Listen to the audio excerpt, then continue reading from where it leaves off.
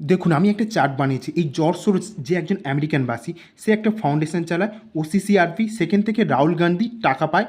পেয়ে নাকি এই যে ভারতকে আনস্টেবল বা বিজেপি সরকারকে হটিয়ে কংগ্রেস সরকার আসবে, এরকম বহু রিপোর্ট বার হয়েছে বিভিন্ন জায়গায়। তোমরা দেখতে পাবে যে এনডিটিভি থেকে শুরু করে বিভিন্ন জায়গায় এরকম আর্টিকেল বার হয়েছে।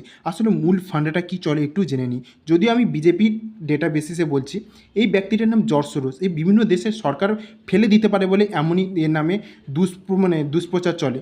যাই হোক, এই ব্যক্তিটা ওসিসিআরপি মানে অর্গানাইজেশন ক্রাইম নামে একটা ডেটা বার করে, যে বিভিন্ন সরকার কী কী ক্রাইম কাজ করছে সেরকম একটা ডেটা সে বার করবে।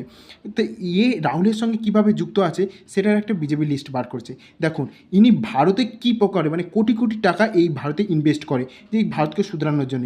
তাছাড়া এই যে ব্যক্তিটা, এটা ভারত জোড়ো যাত্রার সঙ্গে রাহুলের সঙ্গে এ পিক তুলেছে। এনার নাম সাহিল শেট্টি। এ কিন্তু ওই ওসিসিআরের মেম্বার, সে একটা অর্গানাইজেশনের মেম্বার এবং বিদেশি শক্তি। তারপরেও রাহুলের সঙ্গে ভারত জোড়ো যাত্রাতে পথে হাঁটছে। কী করে হাঁটে? সে একজন বিদেশি শক্তি হয়ে সে একটা ডেটা বার করছে যে হ্যাঁ ভারত ক্রাইম করছে বলে, সেই আবার আসছে যে হ্যাঁ এই সরকারকে হটিয়ে দাও। এটা কী রকম সঙ্গে? তাছাড়াও কংগ্রেসের অনেক এমপি এরকম দেখা গিয়েছে যে ওই জর্জ সোরসকে সঙ্গে মিত্রতা আছে বা অনেক ঘনিষ্ঠ বলে এরকম টুইট করতে অনেক জায়গায় দেখা গিয়েছে।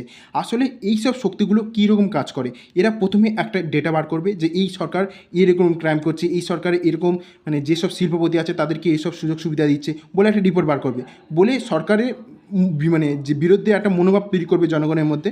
তারপরে সে সেই সরকারকে ফেলে দেবে। তারপরে তার মনের মতো একজন যে প্রতিনিধি আছে তাকে সে সেই দেশের প্রধানমন্ত্রী করবে, এরকম তার নামে রিপোর্ট আছে। প্রথমে তোমরা এই ভিডিওটা একটু দেখো। India, Modi and business tycoon Adani are close allies.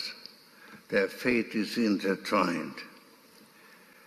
Adani Enterprises tried to raise funds in the stock market but failed. Adani is accused of stock manipulation and his stock collapsed like a house of cards. Modi is silent on the subject, but he will have to answer questions from foreign investors.